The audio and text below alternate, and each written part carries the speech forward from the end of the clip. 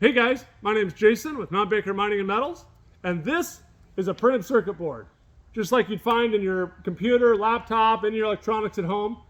This is going to be the most sought after, highly valued ore in the future. We've developed a really simple, easy process to take this printed circuit board and turn it into this, which is all the valuable metals contained in the board without any of the junk.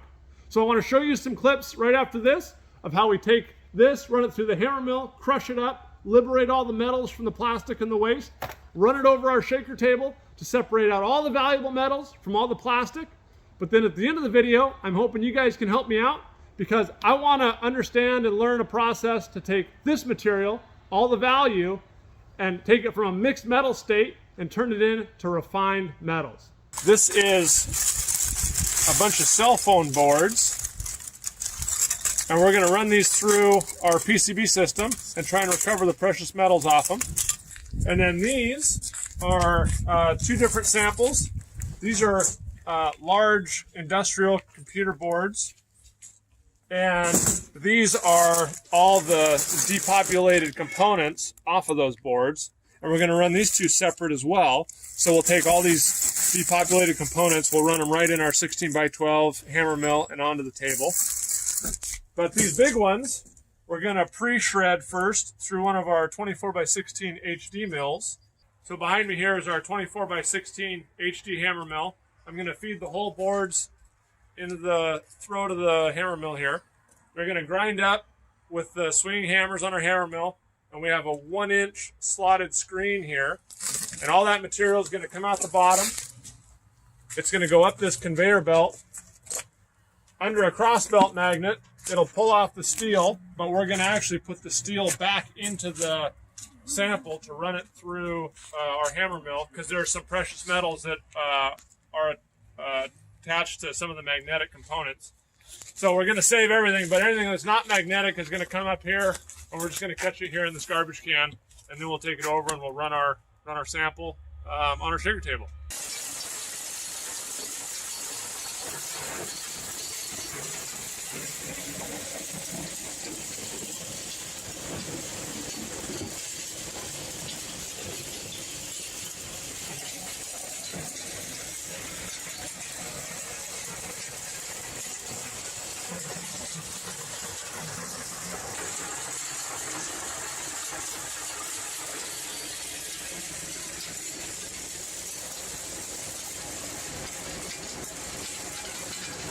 And here's all our stuff ground up and ready for processing.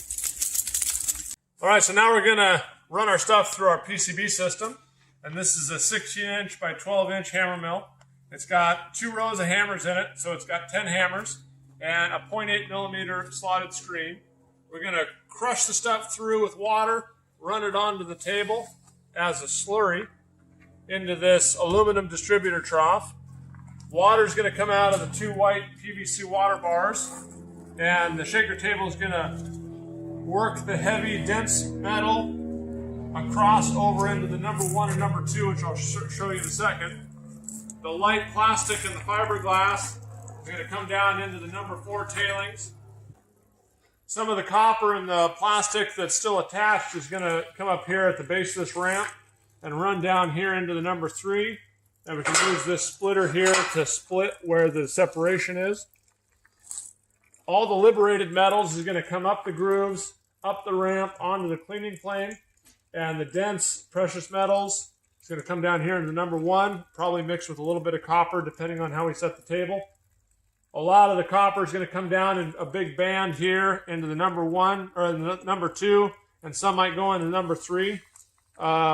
But that's how the basic principle works. All the dense material comes over here into the number 1 and number 2, and all the plastic and the light stuff goes off to the number 4.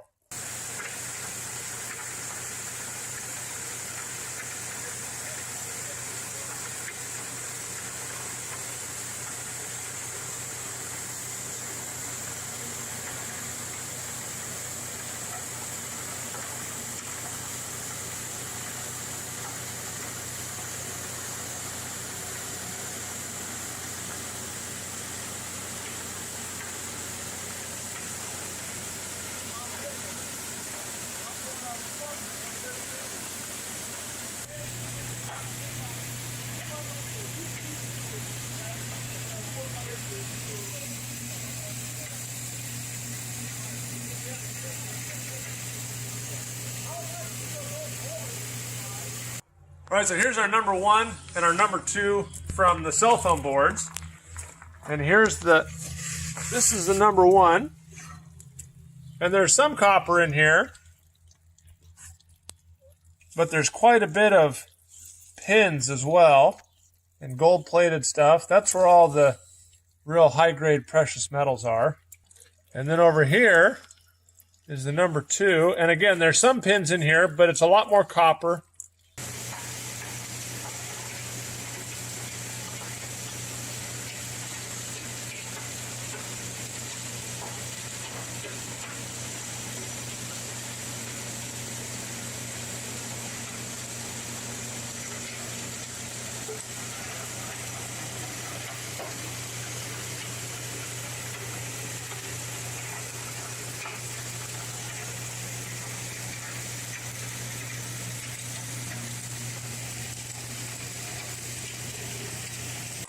All right, here's our results from the whole populated board, and they look very similar to the cell phone results.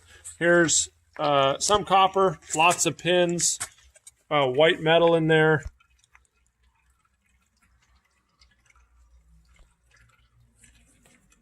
And that's where a lot of your precious metals are going to be. Then here's the number 2. Quite a bit more red metal. There's still a few pins and stuff in there, but a lot more copper. Here's the number 3 middlings. A lot of copper and a little bit of the resin.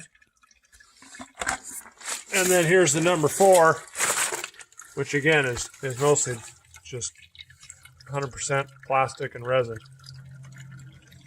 And these boards are somewhere in the range of about 100 to 200 grams a ton of gold and about 400 grams a ton of silver. All right, so here's the results from our depopulated boards, and this is just the components. And you can see here's the number 1, and it's just full of pins and white metal. There's very, very little copper in there. There was actually hardly any copper on the table when we were running, because we didn't have any of the boards. And then here is the number 2. There's definitely some copper in there, but a lot of pins, a lot of the plated stuff. And these are shredded up boards, but look at all the gold fingers on them and little gold foil.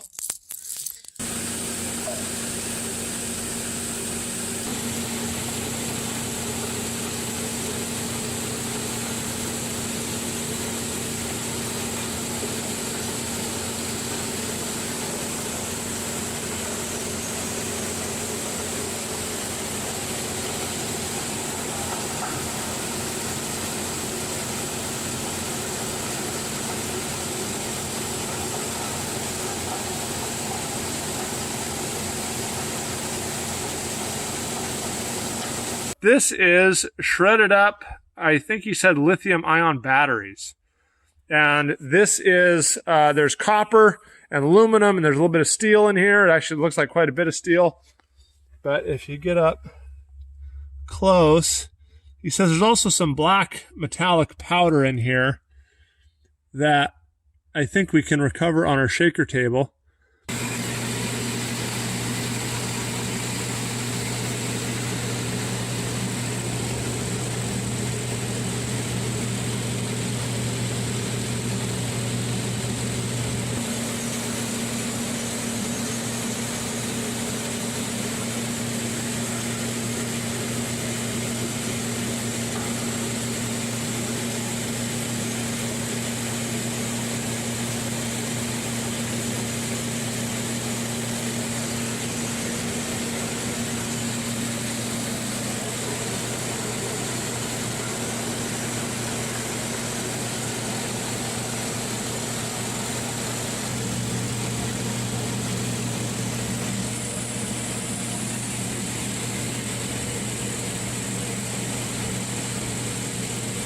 So now you know the process of how we take this to this.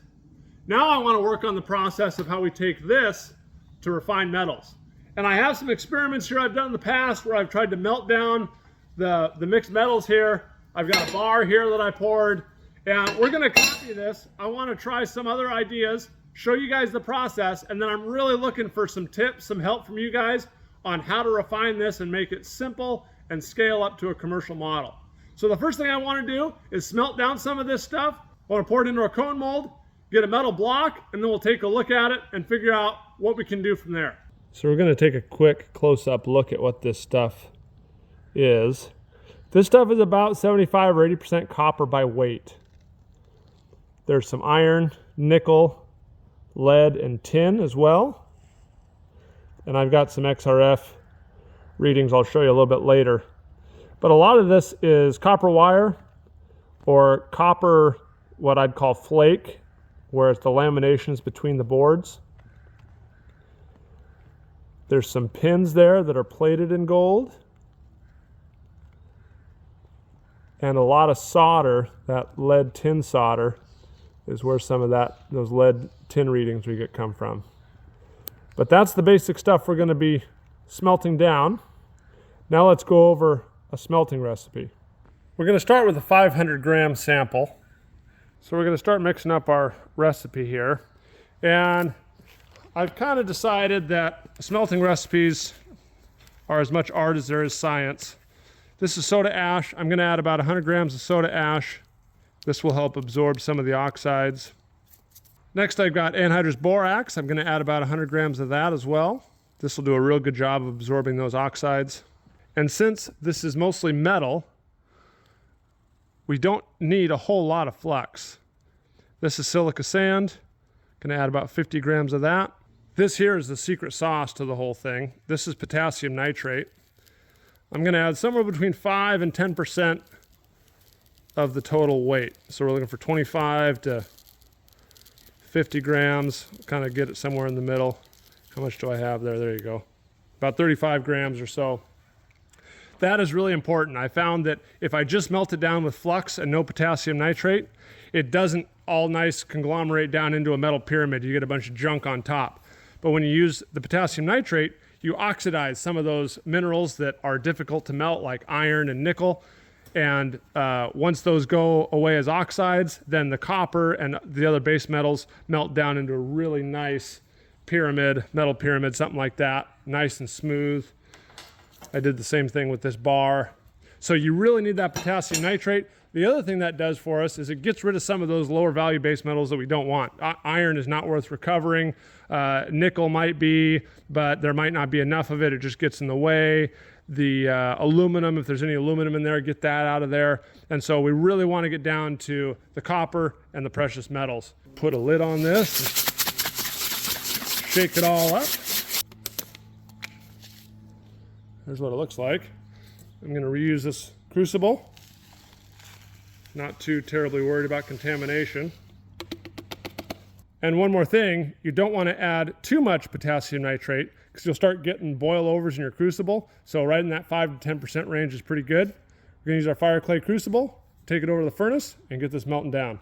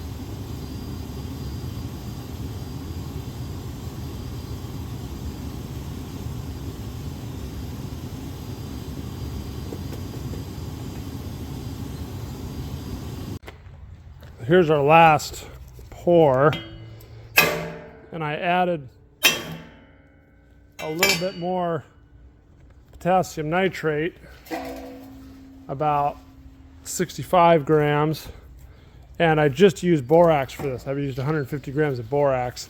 So let's see what this one looks like. See if I got a better melt out of this one.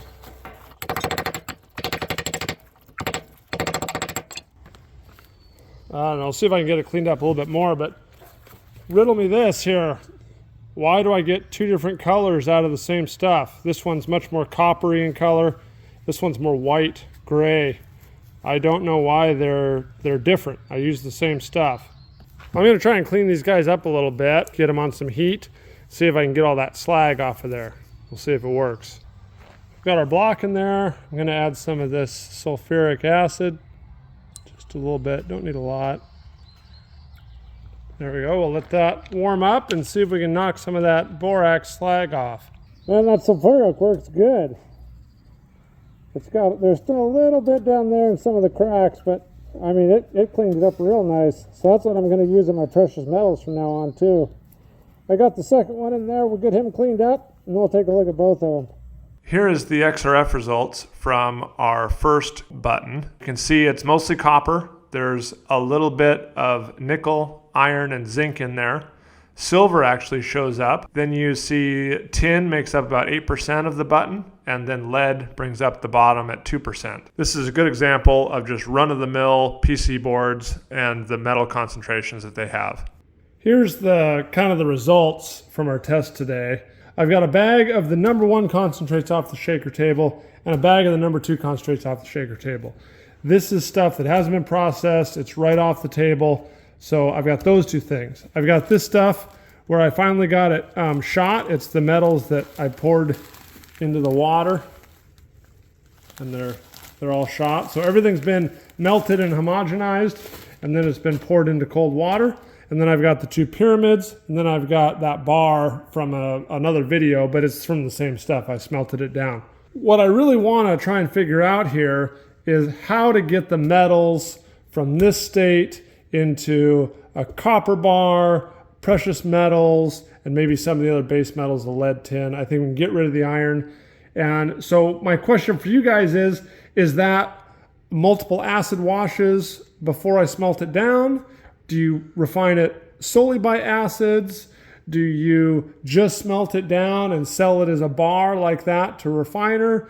Do you smelt it down, get it in a bar, and then electrowin the copper away and deal with the precious metals and the lead and tin? How do we get from this to where we can sell stuff and get money? That's the whole goal, right? And so what I want to do is I want to kind of use this video and use YouTube as kind of a think tank or an experimentation platform. I'm going to put all these things available for sale on eBay. And before you start rolling your eyes, what I'm going to do is I'm going to put these for sale for $1. They're going to start at $1. And what I really want to have happen is someone or many people buy this stuff and experiment with it. Play with this stuff. Do your acid washes, do your smelting stuff. Take my bars, my pyramids, melt them down, try and get the copper out of them. Take this bar, somebody electro-win it away, and let's try and crack this nut, because like I said earlier in the video, this is the richest ore on the planet, these recycled PC boards. Medium grade boards are somewhere in the 2 to 5 ounces of gold per ton, 30 to 50 ounces of silver. They're 30% copper by weight. So there's a huge amount of value here. And there's maybe 3 to 5 companies in the entire world that do this on a ginormous scale, on container loads and container loads at a time. And there's got to be a way for the small guy if we can get it into this form using our equipment, then there's got to be a way for small batch systems, maybe like in a 55-gallon barrel style, or a couple tons at a time, where we can refine this stuff and get the precious metals out, get the copper out, get stuff separated, and sell it and make a profit. Leave me a comment down below if you don't want to participate in the experimentation process. If you want to have a go at this, check out the links on eBay. and really, really appreciate all the comments, all of the information you guys have given me over the years. This is where I'm going to end this video, and I'm going to do some more experimentation. I'm just starting to get into acids, so I'm thinking maybe some acid baths on this stuff before I get into the smelting part of things. Might be a good thing to try. Acids are still pretty intimidating for me, and they're quite expensive, so I would much rather have someone who's much more familiar with that try that first and then explain to me how it works. But I appreciate all you guys' input. I hope you enjoyed this video. So thanks for watching, and we'll see you on the next one.